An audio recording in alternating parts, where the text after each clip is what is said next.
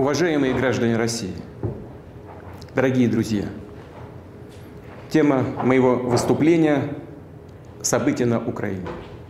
И то, почему это так важно для нас, для России.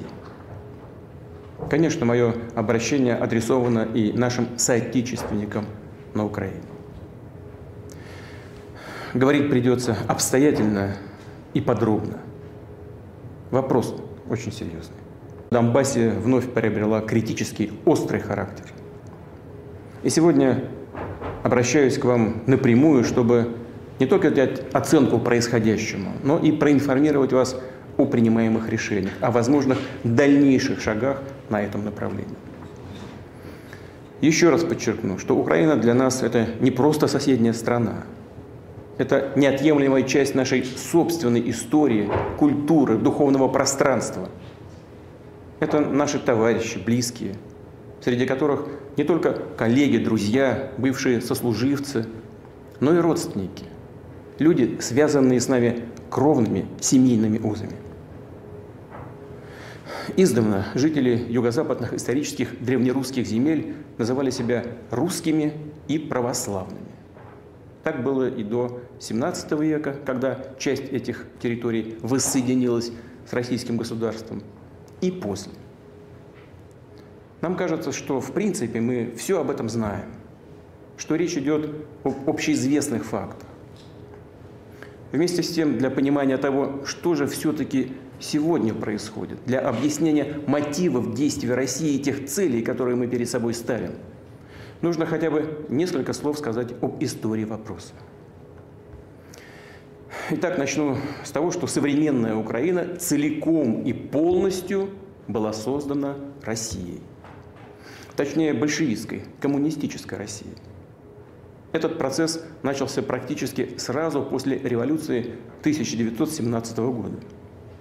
Причем Ленин и его соратники делали это весьма грубым по отношению к самой России способом. За счет отделения, отторжения от нее части ее собственных исторических территорий. У миллионов людей, которые там проживали, конечно, никто ни о чем не спрашивал. Затем, накануне и после Великой Отечественной войны, уже Сталин присоединил к СССР и передал Украине некоторые земли, ранее принадлежавшие Польше, Румынии и Венгрии. При этом в качестве своего рода компенсации Сталин наделил Польшу частью исконных германских территорий, а в 1954 году Хрущев зачем-то отобрал у России Крым и тоже подарил его Украине. Собственно, так и сформировалась территория советской Украины. Но сейчас хотел бы обратить особое внимание на начальный период создания СССР. Считаю, что для нас это крайне важно. Пойти придется, что называется, издалека. Напомню, что после Октябрьского переворота 1917 года и последовавшей затем гражданской войны большевики приступили к строительству новой государственности. И между ними возникли довольно острые разногласия. Сталин, который в 1922 году совмещал посты генерального секретаря ЦК РКПБ и Народного комиссара по делам национальностей, предложил строить страну на принципах автономизации. То есть предоставляя республикам, будущим административно-территориальным единицам, широкие полномочия при их вступлении в единое государство. Ленин раскритиковал этот план и предложил пойти на уступки националистам, как он их тогда называл, независимцам. Именно эти ленинские идеи, по сути, конфедеративного государственного устройства и лозунг о праве нации на самоопределение вплоть до отделения и были положены в основу советской государственности. Сначала в 1922 году закреплены в Декларации об образовании Союза СССР, а затем, после смерти Ленина, и в Конституции СССР 1924 года. Здесь сразу же возникает много вопросов. И первый из них, на самом деле главный. Зачем надо было с барского плеча удовлетворять любые безгранично растущие националистические амбиции на окраинах бывшей империи? передавать во вновь образуемые, причем часто произвольно сформированные административные единицы союзной республики, огромные, часто не имевшие к ним вообще никакого отношения территории. Повторяю, передавать вместе с населением исторической России. Более того, по факту этим административным единицам придали статус и форму национально-государственных образований. Вновь задаюсь вопросом, зачем надо было делать такие щедрые подарки, о которых самые ярые националисты раньше даже и не мечтали? Да еще и наделять республики правом выхода из состава единого государства, без всяких условий. На первый взгляд это вообще непонятно, безумие какое-то. Но это только на первый взгляд. Объяснение есть. После революции главной задачей большевиков было любой ценой удержаться у власти. Именно любой ценой. Ради этого они шли на все. И на унизительные условия Брестского мира, в то время, когда кайзеровская Германия и ее союзники находились в тяжелейшем военном и экономическом положении, а исход Первой мировой войны был фактически предрешен. И на удовлетворение любых требований, любых хотелок со стороны националистов внутри страны. С точки зрения исторических судеб России и ее народов, ленинские принципы государственного строительства оказались не просто ошибкой. Это было, как говорится, гораздо хуже, чем ошибка. После развала СССР в 1991 году это стало абсолютно очевидным. Конечно, события прошлого уже не изменить, но мы должны хотя бы сказать о них прямо и честно, без всяких оговорок, да и без всякой политической окраски. Могу от себя только добавить, что соображения текущей политической конъюнктуры, какими бы эффектными, выигрышными они ни казались в конкретный момент времени, ни при каких обстоятельствах не должны и не могут быть положены в основу базовых принципов государственности. Никого и ни в чем сейчас не обвиняю. Обстановка в стране в то время и после гражданской войны, накануне, была невероятно сложной, критической. Сегодня хочу только сказать о том, что все было именно так. Это исторический факт. Собственно, как уже сказал, в результате большевистской политики и возникла советская Украина, которую и в наши дни можно с полным основанием назвать Украина имени Владимира Ильича Ленина. Он ее автор и архитектор. Это целиком и полностью подтверждается архивными документами, включая жесткие ленинские директивы по Донбассу, которые буквально втиснули в состав Украины. А сейчас благодарные потомки посносили на Украине памятники Ленину. Это у них декоммунизация называется. Вы хотите декоммунизации? Ну что же, нас это вполне устраивает. Но не нужно, что называется, останавливаться на полпути. Мы готовы показать вам, что значит для Украины настоящая декоммунизация. Возвращаясь к истории вопроса, повторю, что в 1922 году на пространстве бывшей Российской империи был образован СССР. Но сама жизнь сразу же показала, что не сохранить такую огромную и сложную территорию, не управлять ею на предложенных аморфных, фактически конфедеративных принципах просто невозможно. Они были напрочь оторваны и от действительности, и от исторической традиции. Закономерно, что красный террор и быстрый переход к сталинской диктатуре, господство коммунистической идеологии и монополия Компартии на власть, национализация и плановая система народного хозяйства – все это на деле превратило в простую декларацию, в формальность, заявленные, но не работающие принципы государственного устройства. Никаких суверенных прав в реальности у союзных республик так и не возникло. Их попросту не было. А на практике было создано строго централизованное, абсолютно унитарное по своему характеру государство. Сталин по факту полностью реализовал на практике не ленинские, а именно свои, собственные идеи государственного устройства. Но соответствующих изменений в системообразующие документы в Конституцию страны не внес. провозглашенные ленинские принципы построения СССР формально не пересматривал. Да, судя по всему, казалось, что в этом и не было необходимости. В условиях тоталитарного режима и так все работало, а внешне выглядело красиво, привлекательно и даже сверхдемократично. И все же жаль, очень жаль, что из базовых, формально-юридических основ, на которых была построена вся наша государственность, не были своевременно вычищены одиозные, утопичные, навеянные революцией, но абсолютно разрушительные для любой нормальной страны фантазии. О будущем, как это часто бывало у нас и раньше, никто не подумал. Лидеры Компартии были, похоже, уверены, что им удалось сформировать прочную систему управления, что за счет своей политики они окончательно решили и национальный вопрос. Но фальсификации, подмена понятий, манипуляция общественным сознанием и обман дорого обходятся. Бацилла националистических амбиций никуда не делась. А изначально заложенная мина, подрывающая государственный иммунитет против заразы национализма, только ждала своего часа. Такой миной, повторю, было право выхода из СССР. В середине 1980-х годов на фоне нарастающих социально-экономических проблем, очевидного кризиса плановой экономики, национальный вопрос, сутью которого были не какие-то ожидания и не сбывшиеся чаяния народов Союза, а прежде всего растущие аппетиты местных элит, все более обострялся. Однако руководство КПСС вместо глубокого анализа ситуации, принятия адекватных мер, в первую очередь в экономике, а также постепенной, вдумчивой, взвешенной трансформации политической системы и государственного устройства, ограничилось откровенным словоблудием о восстановлении ленинского принципа национального самоопределения.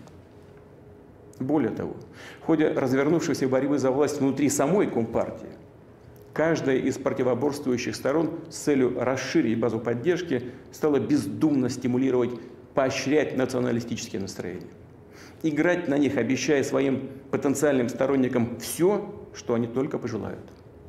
На фоне поверхностной и популистской болтовни о демократии и светлом будущем, построенном на базе то ли рыночной, то ли плановой экономики, но в условиях реального обнищания людей и тотального дефицита, никто из властьпридержащих и не думал о неизбежных, трагических для страны последствиях. А затем и вовсе пошли протаренные на заре создания СССР дорожкой удовлетворения амбиций националистических элит, выращенных в собственных партийных рядах. Позабыв при этом, что в руках у КПСС нет уже, да и слава богу, таких инструментов удержания власти и самой страны, как государственный террор, диктатура сталинского типа. И что даже пресловутая руководящая роль партии, как утренний туман, бесследно исчезает прямо у них на глазах. И вот в сентябре 1989 года на пленуме ЦК КПСС был принят, по сути, роковой документ. Так называемая национальная политика партии в современных условиях. Платформа КПСС. Она содержала следующее положение. Процитирую. Союзным республикам принадлежат все права, отвечающие их статусу суверенных социалистических государств. Еще один пункт. Высшие представительные органы власти союзных республик могут опротестовать и приостановить действия постановлений и распоряжений союзного правительства на своей территории. И, наконец, каждая союзная республика имеет свое гражданство, которое распространяется на всех ее жителей. Разве не очевидно было, к чему приведут подобные формулировки и решения? Сейчас не время, не место вдаваться в вопросы государственного или конституционного права, давать определение самому понятию гражданства. Но все же возникает вопрос. Зачем в тех и без того сложных условиях понадобилось таким образом еще больше раскачивать страну? Факт остается фактом. Еще за 2 года до развала СССР его судьба была фактически предрешена. Это сейчас радикалы и националисты, в том числе и прежде всего на Украине, приписывают себе заслугу завоевания независимости. Как мы видим, это совсем не так. К распаду нашей единой страны привели исторические, стратегические ошибки лидеров большевиков, руководства КПСС, допущенные в разное время в государственном строительстве, экономической и национальной политике. Распад исторической России под названием СССР на их совести. Несмотря на все эти несправедливости, обман и откровенный грабеж России, наш народ, именно народ, признал новые геополитические реалии, возникшие после распада СССР, признал новые независимые государства. И не только признал. Россия сама, находясь тогда в труднейшем положении, помогала партнерам по СНГ, в том числе украинским коллегам, от которых прямо с момента провозглашения независимости стали поступать многочисленные запросы о материальной поддержке. И наша страна оказывала такую поддержку с уважением к достоинству и суверенитету Украины. По экспертным оценкам, которые подтверждаются простым подсчетом цен на наши энергоносители, объемов льготных кредитов, экономических и торговых преференций, которые Россия предоставляла Украине, общая выгода для украинского бюджета на период с 1991 по 2013 годы составила порядка 250 миллиардов долларов. Но и это далеко не все. К концу 1991 года долговые обязательства СССР перед иностранными государствами и международными фондами составляли порядка 100 миллиардов долларов. И первоначально предполагалось, что эти кредиты будут возвращаться всеми республиками бывшего СССР солидарно, пропорционально их экономическому потенциалу. Однако Россия взяла на себя погашение всего советского долга и полностью по нему рассчиталась. Окончательно завершила этот процесс в 2017 году. Взамен новые независимые государства должны были отказаться от своей части советских зарубежных активов, и соответствующие соглашения в декабре 1994 года были достигнуты с Украиной. Однако Киев эти соглашения не ратифицировал и позднее просто отказался исполнять, выдвигая претензии на алмазный фонд, золотой запас, а также имущество и другие активы бывшего СССР за рубежом. И все же, несмотря на известные проблемы, Россия всегда сотрудничала с Украиной открыто, честно и, повторю, с уважением к ее интересам. Наши связи в самых разных областях развивались. Так, в 2011 году двусторонний торговый оборот превысил 50 миллиардов долларов. Замечу, что объем торговли Украины со всеми странами Евросоюза в 2019 году, то есть еще до пандемии, уступал этому показателю. Вместе с тем бросалось в глаза, что украинские власти предпочитали действовать так, чтобы в отношениях с Россией иметь все права и преимущества, но не нести при этом никаких обязательств. Вместо партнерства стало превалировать иждивенчество, которое со стороны киевских официальных властей подчас приобретало абсолютно бесцеремонный характер. Достаточно вспомнить перманентный шантаж в сфере энергетического транзита и банальное воровство газа.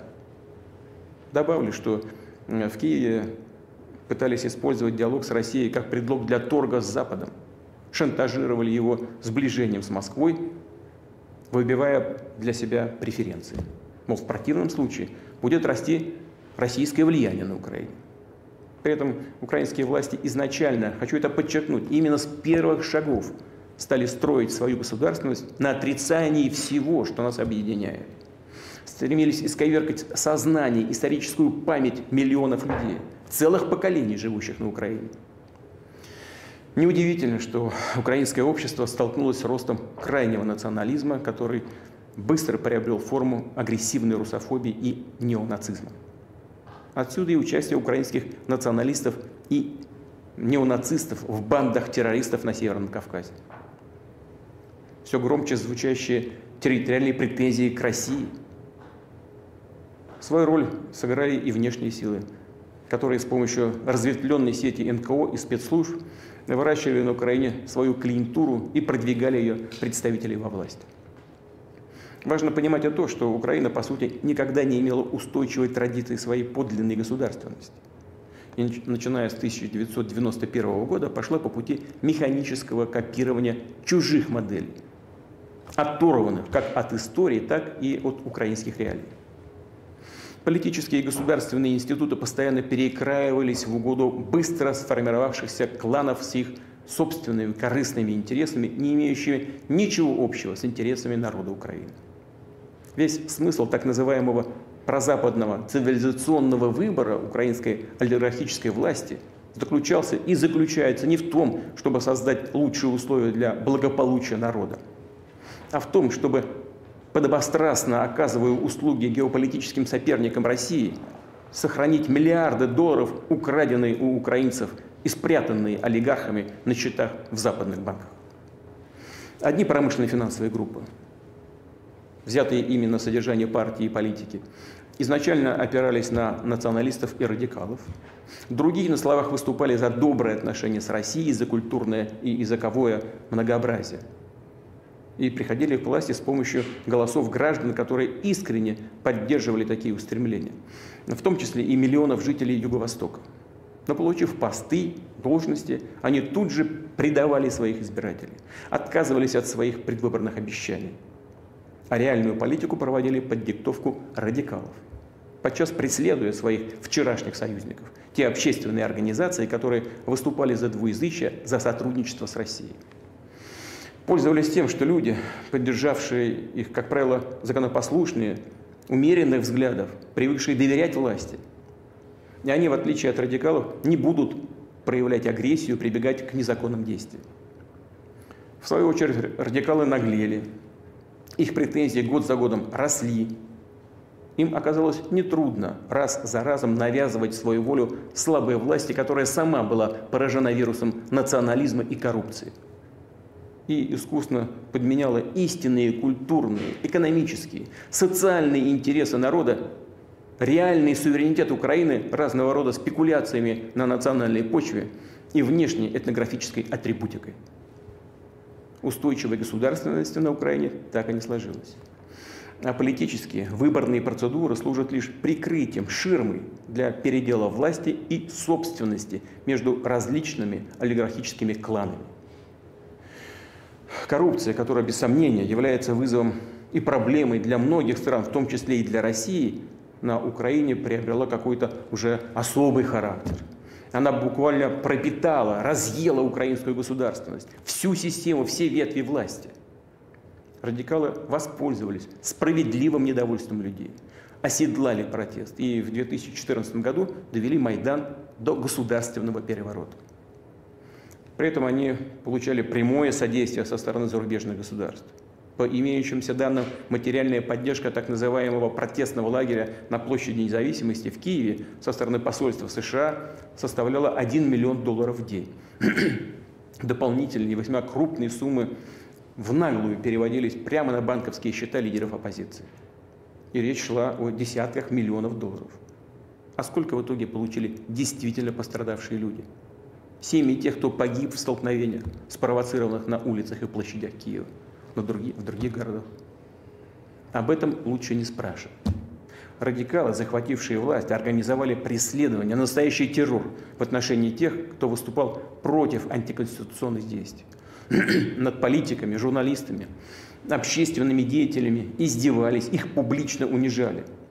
Украинские города захлестнула волна погромов и насилия, серия громких и безнаказанных убийств. Невозможно без содрогания вспоминать о страшной трагедии в Одессе, где участники мирной акции протеста были зверски убиты, заживо сожжены в Доме профсоюзов. Преступники, которые совершили это злодеяние, не наказаны. Их никто и не ищет. Но мы знаем их поименно и сделаем все для того, чтобы их покарать, найти и предать суду. Майдан не приблизил Украину к демократии и прогрессу. Совершив государственный переворот, националисты и те политические силы, которые их поддерживали, окончательно завели ситуацию в тупик. Столкнули Украину в бездну гражданской войны. Спустя 8 лет после тех событий страна расколота. Украина переживает острый социально-экономический кризис. По информации международных организаций, в 2019 году почти 6 миллионов украинцев, подчеркну, это около 15% не от трудоспособного, а именно от всего населения страны, были вынуждены уехать за границу в поисках работы. Причем часто, да как правило, на паденные, неквалифицированные заработки. Показателен и следующий факт.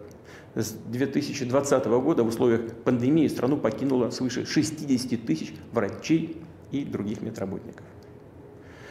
С 2014 года тарифы на водоснабжение выросли почти на треть, на электроэнергию в разы, на газ для домохозяйств в десятки раз. У многих людей просто нет денег, чтобы оплачивать коммунальные услуги. Им приходится буквально выживать. Что случилось? Почему все это происходит? Ответ очевиден. Потому что приданное, полученное не только от советской эпохи, но еще и от Российской империи, промотали и растащили по карманам. Утрачены десятки и сотни тысяч рабочих мест, которые благодаря в том числе тесной кооперации с Россией давали людям стабильный доход, приносили налоги в казну. Такие отрасли, как машиностроение, приборостроение, электронная промышленность, суды и авиастроение или лежат на боку, или уничтожены вовсе. А ведь ими гордились когда-то не только Украина, но и весь Советский Союз. В 2021 году ликвидирован Черноморский судостроительный завод в Николаеве, где первые верфи были заложены еще при Екатерине II. Знаменитый концерн «Антонов» с 2016 года не выпустил ни одного серийного самолета. А завод «Южмаш», специализировавшийся на производстве ракетно-космической техники, оказался на грани банкротства, как и Кременчугский сталелитейный завод. Этот печальный список можно продолжать. Что касается газотранспортной системы, которую создавал весь Советский Союз, то она обветшала настолько, что ее эксплуатация связана с большими рисками и экологическими издержками.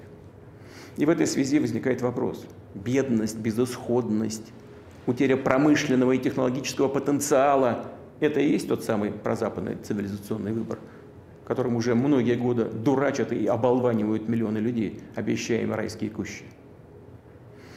На деле все свелось к тому, что развал украинской экономики сопровождается откровенным грабежом граждан страны. А саму Украину просто загнали под внешнее управление.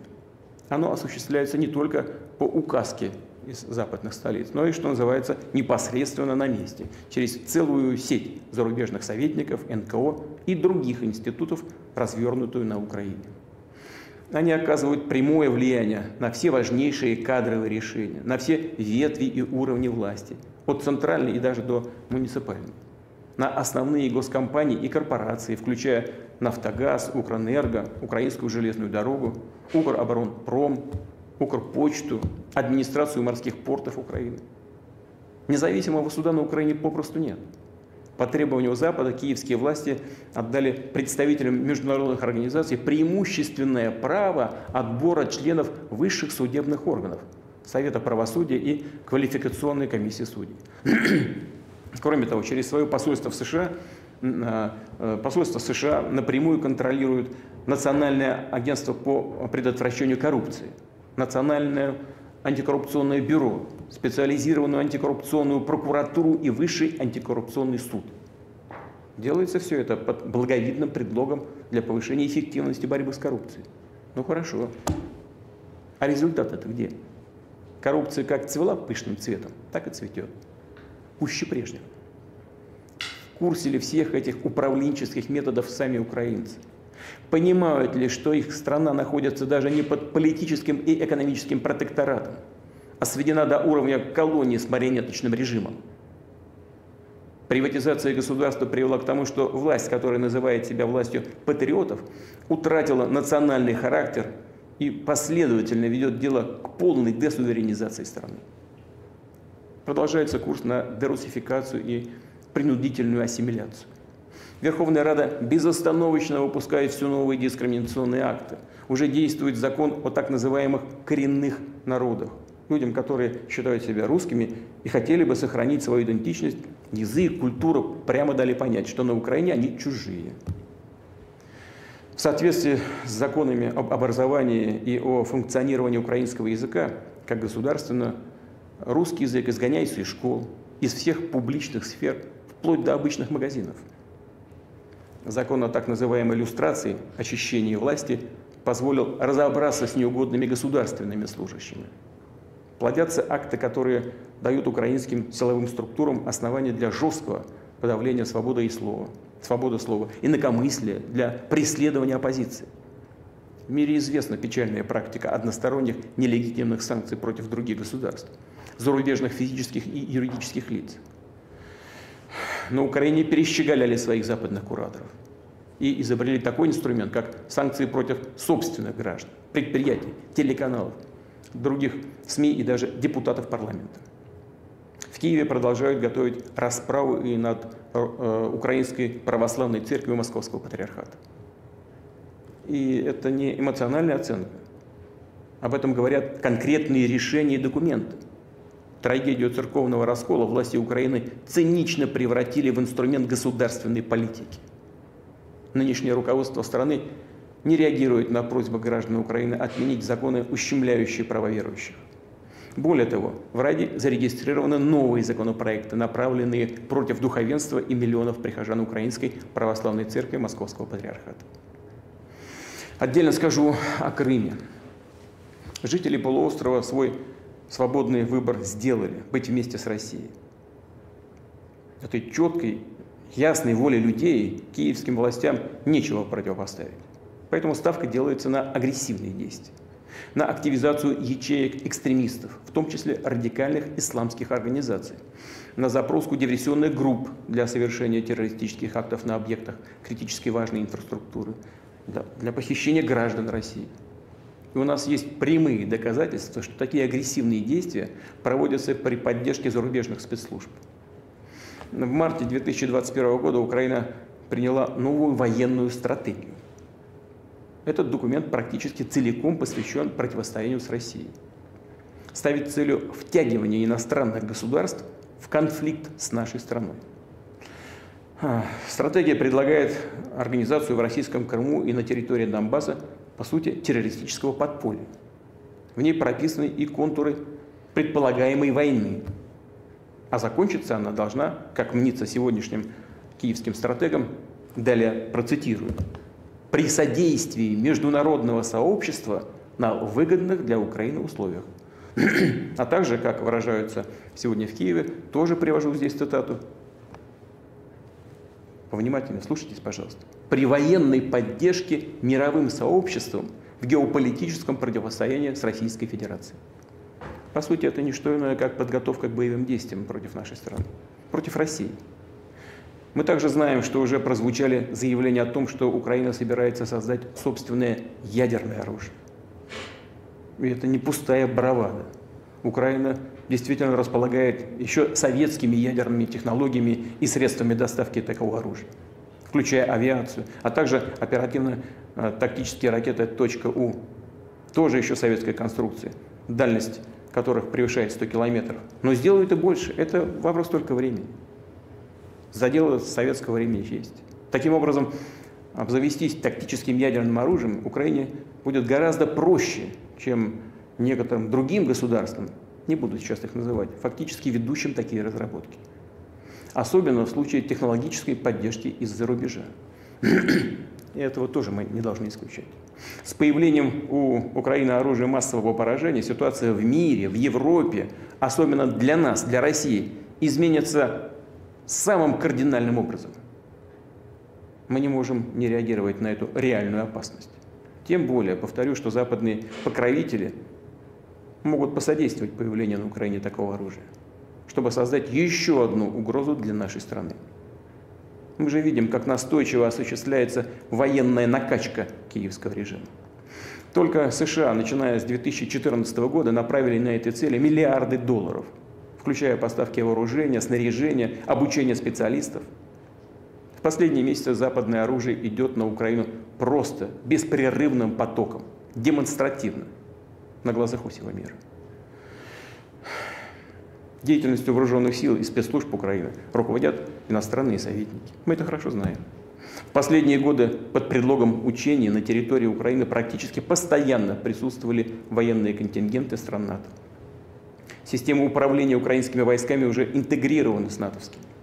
Это означает, что командование украинскими вооруженными силами, даже отдельными частями и подразделениями, может напрямую осуществляться из натовских штабов. США и НАТО приступили к беззастенчивому освоению территории Украины как театра потенциальных военных действий. Регулярные совместные учения имеют явную антироссийскую направленность. Только в прошлом году в них участвовало более 23 тысяч военнослужащих и свыше 1000 единиц техники.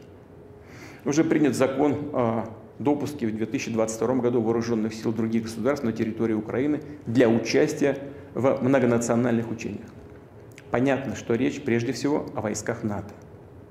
И в наступившем году запланировано не менее 10 таких совместных маневров. Очевидно, что подобные мероприятия служат прикрытием для быстрого наращивания военной группировки НАТО на территории Украины. Тем более, что модернизированная с помощью американцев сеть аэродромов Борисполь, Ивано-Франковск, Чугуев, Одесса и так далее способна обеспечить переброску воинских частей в кратчайшие сроки. Воздушное пространство Украины открыто для полетов стратегической и разведывательной авиации США, беспилотных летательных аппаратов, которые используются для наблюдения за территорией России. Добавлю, что построенный американцами Центр морских операций в Очакове позволяет обеспечивать действия кораблей НАТО, включая применение ими высокоточного оружия против российского Черноморского флота и нашей инфраструктуры на всем Черноморском побережье. В свое время США намеревались создать подобные объекты и в Крыму, но крымчане и севастопольцы сорвали эти планы. Мы всегда будем помнить об этом. Повторю, сегодня такой центр уже развернут в Очакове. Напомню, в XVIII веке за этот город сражались солдаты Александра Суворова. Благодаря их мужеству он вошел в состав России. Тогда же, в XVIII веке, земли Причерноморья, присоединенные к России в результате войн с Османской империей, получили название Новороссия. Сейчас эти вехи истории пытаются придать забвению. Как и имена государственных, военных деятелей Российской империи, без чьих трудов не было бы у современной Украины многих крупных городов и даже самого выхода к Черному морю. Недавно в Полтаве снесли памятник Александру Суворову. Что тут скажешь? Отказываетесь от собственного прошлого, от так называемого колониального наследия Российской империи, но тогда будьте здесь последовательны. Далее. Отмечу, что статья 17 Конституции Украины не допускает размещения на ее территории иностранных военных баз. Но оказалось, что это лишь условность, которую можно легко обойти. На Украине развернуты учебно-тренировочные миссии стран НАТО. Это, по сути, уже и есть иностранные военные базы. Просто назвали базу миссией и дело в шляпе. В Киеве давно провозгласили стратегический курс на вступление в НАТО. Да, безусловно, каждая страна имеет право выбирать собственную систему обеспечения безопасности, заключать военные союзы. И все вроде бы так, если бы не одно «но». В международных документах прямо зафиксирован принцип равной и неделимой безопасности, который, как известно, включает в себя обязательство не укреплять свою безопасность за счет безопасности других государств. Могу здесь сослаться и на Хартию европейской безопасности ОБСЕ 1999 года, принятую в Стамбуле, и на Астанинскую декларацию ОБСЕ 2010 года. Другими словами, выбор способов обеспечения безопасности не должен создавать угрозы для других государств. А вступление Украины в НАТО – это прямая угроза безопасности России. Напомню, еще в апреле 2008 года на Бухарестском саммите Североатлантического альянса США продавили решение о том, что Украина и, кстати, Грузия станут членами НАТО. Многие их европейские союзники США уже тогда прекрасно понимали все риски подобной перспективы, но были вынуждены смириться с волей старшего партнера. Американцы просто использовали их для проведения ярко выраженной антироссийской политики. Ряд государств-членов Альянса и сейчас весьма скептически относятся к появлению Украины в НАТО. При этом из некоторых европейских столиц мы получаем сигнал, мол, что вы переживаете, это не произойдет буквально завтра. Ну, собственно, и американские наши партнеры тоже об этом говорят. Хорошо, отвечаем мы, не завтра, так послезавтра. Что это меняет в исторической перспективе? По сути, ничего. Более того, нам известны позиции и слова руководства Соединенных Штатов о том, что активные боевые действия на востоке Украины не исключают возможности вступления этой страны в НАТО, если она сможет соответствовать критериям Североатлантического альянса и победить коррупцию. При этом нас раз за разом пытаются убедить в том, что НАТО – это миролюбивый и сугубо оборонительный союз. Мол, никаких угроз для России нет. Опять предлагают поверить на слово. Но реальную цену таким словам мы хорошо знаем. В 1990 году, когда обсуждался вопрос об объединении Германии, советскому руководству со стороны США было обещано, что не произойдет распространение юрисдикции или военного присутствия НАТО ни на 1 дюйм в восточном направлении, и что объединение Германии не приведет к распространению военной организации НАТО на восток. Это цитата. Наговорили, надавали устных заверений, и все оказалось пустым звуком. Позднее нас стали уверять в том, что вступление в НАТО стран Центральной и Восточной Европы лишь улучшит отношения с Москвой, избавит их, эти страны, от страхов тяжелого исторического наследия. И даже, более того, создаст пояс дружественных России государств. Все получилось с точностью да наоборот. Власти некоторых восточноевропейских стран, торгуя русофобией, принесли в альянс свои комплексы и стереотипы о российской угрозе. Настаивали на наращивании потенциалов коллективной обороны, которые должны быть развернуты прежде всего против России. Причем это происходило в 90-х и в начале 2000-х годов, когда благодаря открытости и доброй воле отношения России, нашей доброй воли, отношения России и Запада находились на высоком уровне. Россия все свои обязательства выполнила, в том числе вывела войска из Германии, из государств Центральной и Восточной Европы, и тем самым внесла огромный вклад в преодоление наследия Холодной войны. Мы последовательно предлагали разные варианты сотрудничества, в том числе в формате Совета России, НАТО и ОБСЕ. Более того, скажу сейчас то, о чем никогда не говорил публично. Скажу об этом впервые. В 2000 году, во время визита в Москву уходящего со своей должности президента США Билла Клинтона, я спросил его, а как Америка отнесется к тому, чтобы принять Россию в НАТО? Не буду раскрывать все подробности той беседы. Но реакция на мой вопрос внешне выглядела, скажем так, весьма сдержанной. А как американцы реально отнеслись к этой возможности, фактически видно на их практических шагах в отношении нашей страны. Это открытая поддержка террористов на Северном Кавказе, пренебрежительное отношение к нашим требованиям и озабоченностям в сфере безопасности, расширение НАТО, выход из договора по ПРО и так далее, и так далее. Так и хочется спросить, зачем? Зачем все это? Ради чего? Ну ладно, не хотите видеть в нашем лице друга и союзника, но зачем же делать из нас врага? Ответ только один. Дело не в нашем политическом режиме, ни в чем-то другом.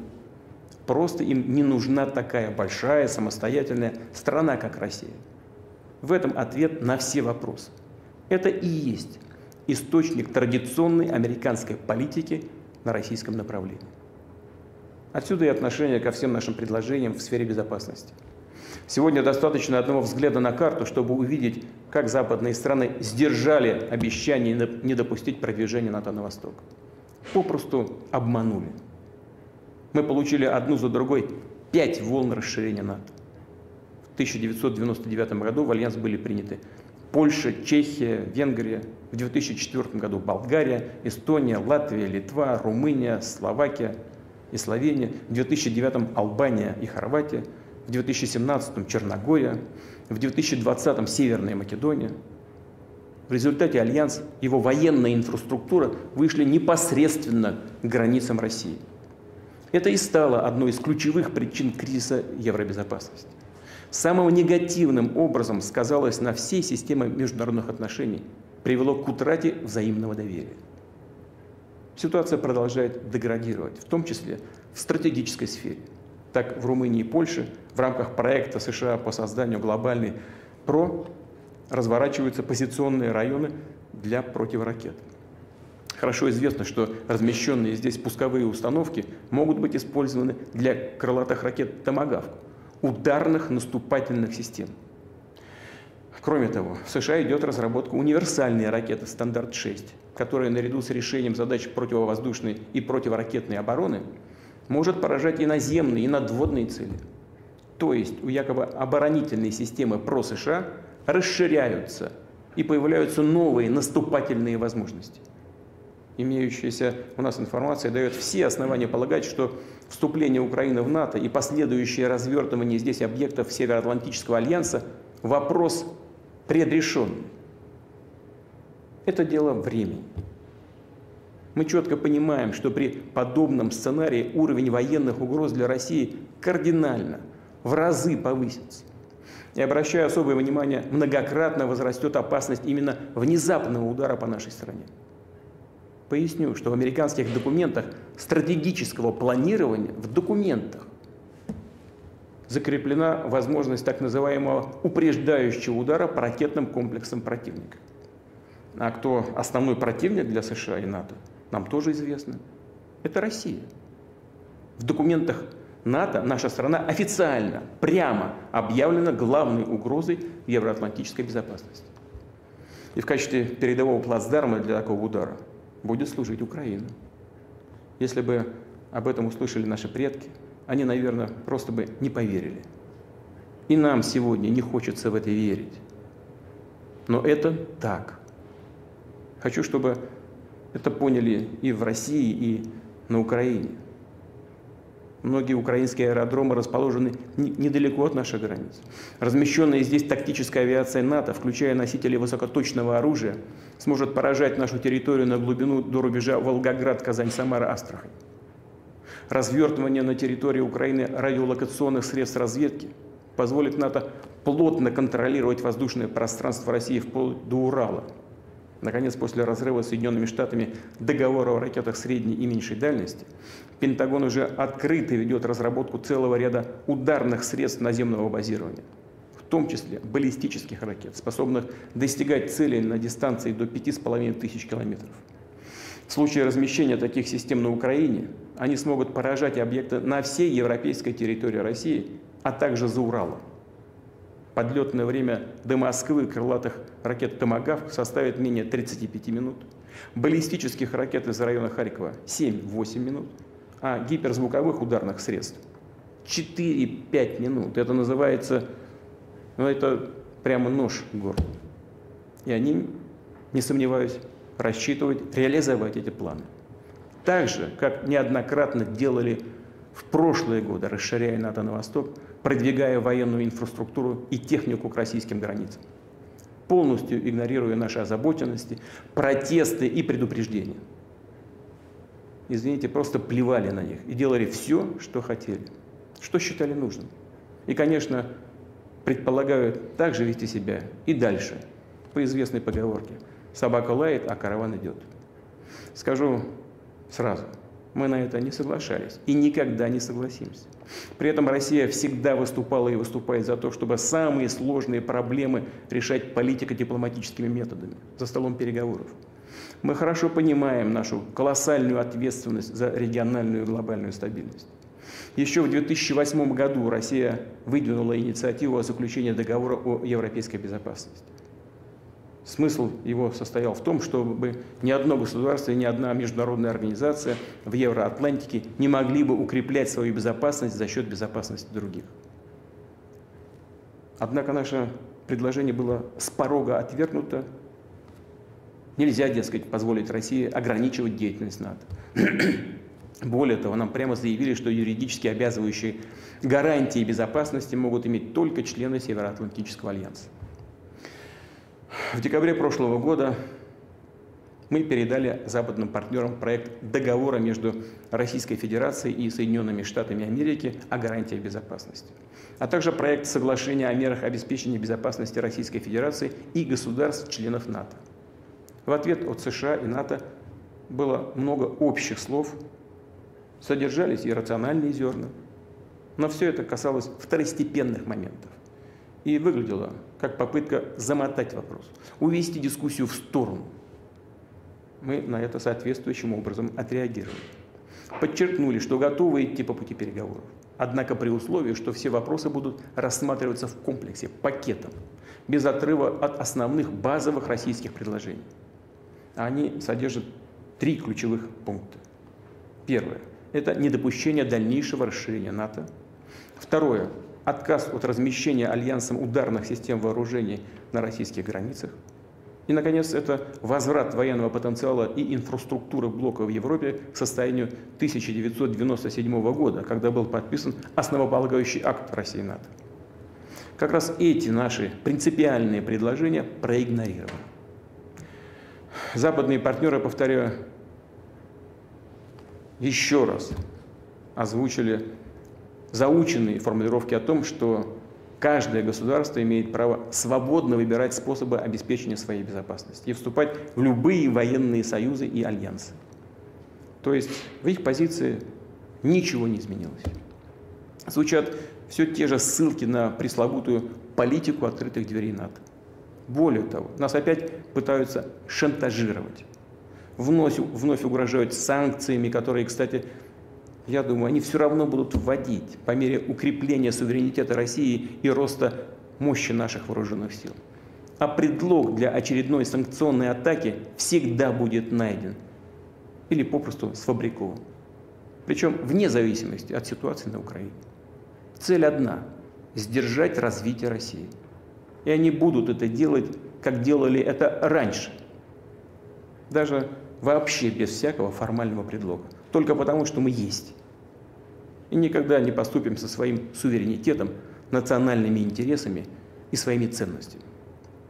Хочу четко, прямо сказать, в сложившейся ситуации, когда наши предложения о равноправном диалоге по принципиальным вопросам фактически остались без ответа со стороны США и НАТО, когда уровень угроз для нашей страны значительно возрастает, Россия имеет полное право принимать ответные меры обеспечения собственной безопасности. Именно так и будем поступать. Что касается положения дел на Донбассе, то мы видим, что правящая в Киеве верхушка постоянно и публично заявляет о нежелании выполнять Минский комплекс мер по урегулированию конфликта. Не заинтересована в мирном решении. Напротив, пытается вновь организовать на Донбассе блицкриг, как это уже было в 2014 и 2015 годах. Чем закончились тогда эти авантюры, мы помним. Сейчас практически ни одного дня не обходится без обстрелов населенных пунктов Донбасса. Сформированная крупная войсковая группировка постоянно использует ударные беспилотники, тяжелую технику, ракеты, артиллерию и системы залпового огня. Убийства мирных жителей, блокада, издевательства над людьми, включая детей, женщин, стариков, не прекращаются. Как у нас говорят, конца и края этому не видно. А вот так называемый цивилизованный мир, единственными представителями которого самозванно объявили себя наши западные коллеги, предпочитает этого не замечать. Как будто и нет ничего, всего этого ужаса, геноцида, которому подвергаются почти 4 миллиона человек. И только потому, что эти люди не согласились поддержанным Западом переворотом на Украине в 2014 году. Выступили против возведенного в ранг государственного движения в сторону национализма, пещерного и агрессивного национализма и неонацизма. И борются за свои элементарные права жить на своей земле, говорить на родном языке, за сохранение своей культуры и традиций. Сколько эта трагедия может продолжаться? Сколько еще можно это терпеть? Россия сделала все для сохранения территориальной целостности Украины. Все эти годы настойчиво и терпеливо боролась за исполнение резолюции Совета Безопасности ООН 2202 от 17 февраля 2015 года, закрепившей Минский комплекс мер от 12 февраля 2015 года по урегулированию ситуации на Донбассе. Все тщетно. Меняются президенты, депутаты Рады, но не меняется суть, агрессивный националистический характер самого режима, захватившего власть в Киеве. Он целиком и полностью порождение государственного переворота 2014 года. И те, кто встали тогда на путь насилия, кровопролития, беззакония, не признавали и не признают никакого другого решения вопроса Донбасса, кроме военного. В этой связи считаю необходимым принять уже давно назревшее решение. Незамедлительно признать независимость и суверенитет Донецкой Народной Республики и Луганской Народной Республики. Прошу Федеральное собрание Российской Федерации поддержать это решение, а затем и ратифицировать договоры о дружбе и взаимопомощи с обеими республиками. Два эти документа будут подготовлены и подписаны в самое ближайшее время. А от тех, кто захватил и удерживает власть в Киеве, мы требуем незамедлительно прекратить боевые действия. В противном случае вся ответственность за возможное продолжение кровопролития будет целиком и полностью на совести правящего на территории Украины режима. Объявляя о принятых сегодня решениях, уверен в поддержке граждан России, всех патриотических сил страны. Благодарю вас за внимание.